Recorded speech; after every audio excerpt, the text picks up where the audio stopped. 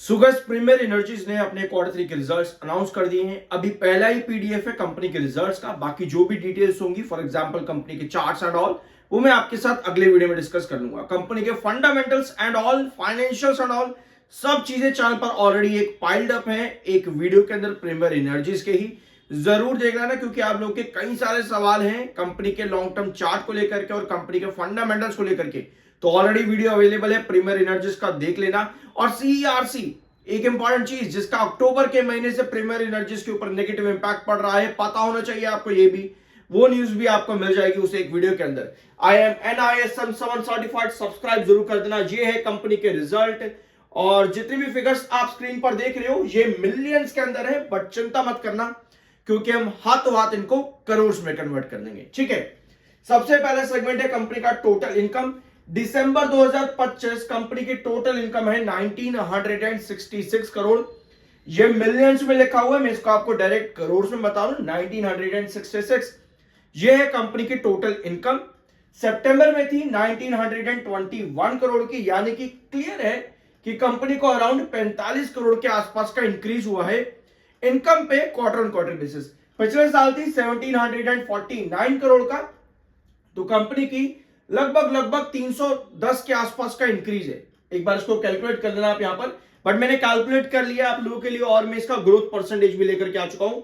तो अगर हम मार्क करें यहां पर, तो ऑलमोस्ट 16 से 17% के बीच में कंपनी ने एनुअल ग्रोथ दिया है रेवेन्यू में। एनुअल ग्रोथ की बात यहां पर हो रही है, 16 से 17% जो कंपनी ने दिया है इस बार दिसंबर 2025 में। और अगर आप पिछले सितंबर का ग्रोथ देखोगे तो वहां पर कंपनी ने 20.28% का रिवेन्यू ग्रोथ दिया था। यानी कि कंपनी का जो क्वार्टर ग्रोथ है, अगर हम इसको क्वार्टर ऑन क्वार्टर बेसिस पर कंपेयर करें तो वहां पर डिक्लाइन आया है लगभग 3.5 से 4% के आसपास का। ठीक है, तो पहला सेगमेंट कंपनी का भले ही रिवेन्यू इंक्रीज हुआ है क्वार्टर ऑन क्वार्टर और ईयर ऑन ईयर बेसिस पर, बट ग्रोथ परसेंटेज में छोटा सा डिक्लाइन है। ये डिक्लाइन बहुत माइनर है, कोई बड़ा डिक्लाइन नहीं है, क्योंकि कंपनी ऑलरेडी काफी इंपॉर्टेंट ग्रोथ दे चुकी थी सितंबर 2025 के क्वार्टर पे। बट सीईआरसी फिर से सुनना, सीईआरसी के नेगेटिव रूल्स एंड रेगुलेशन जो सीईआरसी लेकर के आना चाहता है अमेंडमेंट्स में, उसका नेगेटिव इंपैक्ट प्रीमियर एनर्जीज पर अभी भी पड़ा हुआ है। नोट कर लेना, पिछले वीडियो के अंदर आपको मिल जाएगा।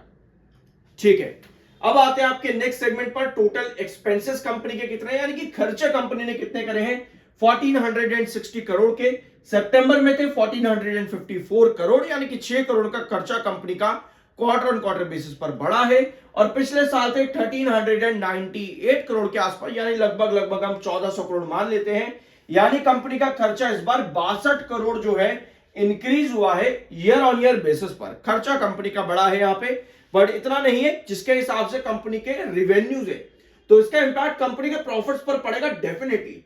प्रॉफिट बिफोर टैक्सेस, ये वाले सेगमेंट में कंपनी ने क्या दिया है, 505 करोड़ का प्रॉफिट बिफोर टैक्सेस है।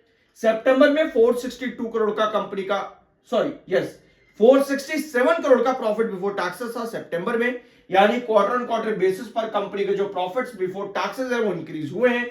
और पिछले साल मात्र 350 करोड़ का कंपनी का प्रॉफिट बिफोर टैक्सेस था, यानी कि लगभग 150 और 155 करोड़, लगभग 155 करोड़ के आसपास कंपनी बढ़ी है profit before taxes per year on year basis. इसका इंपैक्ट कंपनी के ग्रोथ पर डेफिनेटली पड़ेगा, मुझे लगता है पॉजिटिव पर पड़ सकता है, तो उसको भी देख लेंगे यहां पे।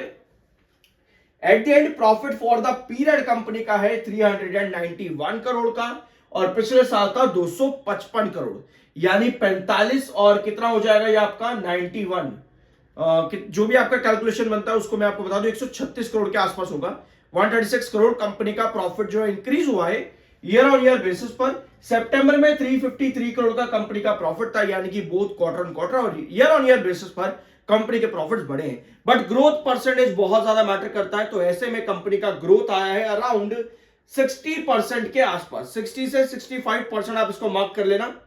60 से 65% हम लेकर के चल लेते हैं अभी अप्रोक्सीमेटली।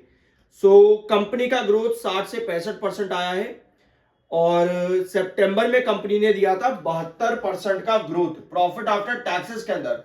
तो एट द एंड कंपनी का प्रॉफिट आफ्टर टैक्सेस यानी कि नेट प्रॉफिट का जो ग्रोथ है एनुअल बेसिस पर, वहां पर लगभग 10 से 12% मार्क कर सकते हैं हम यहां पर। या 10 से 12% के बीच में कंपनी ने डिक्लाइन दिया है अपने एनुअल ग्रोथ के ऊपर क्वार्टर ऑन क्वार्टर बेसिस। तो ये है कंपनी के रिजल्ट्स। थोड़ा बहुत कमी कंपनी के अंदर आई है, बट स्टिल जब कंपनी ने पॉजिटिव रिजल्ट्स भी दिए थे, क्योंकि अगर आप कंपनी का यहां ग्रोथ देखोगे सितंबर में 72% कंपनी ने दिया था, जो कि आपके जून के क्वार्टर से बहुत बढ़िया था। स्टिल स्टॉक पर गिरावट आई थी वहां पर, ठीक है, स्टिल स्टॉक पर गिरावट आई थी।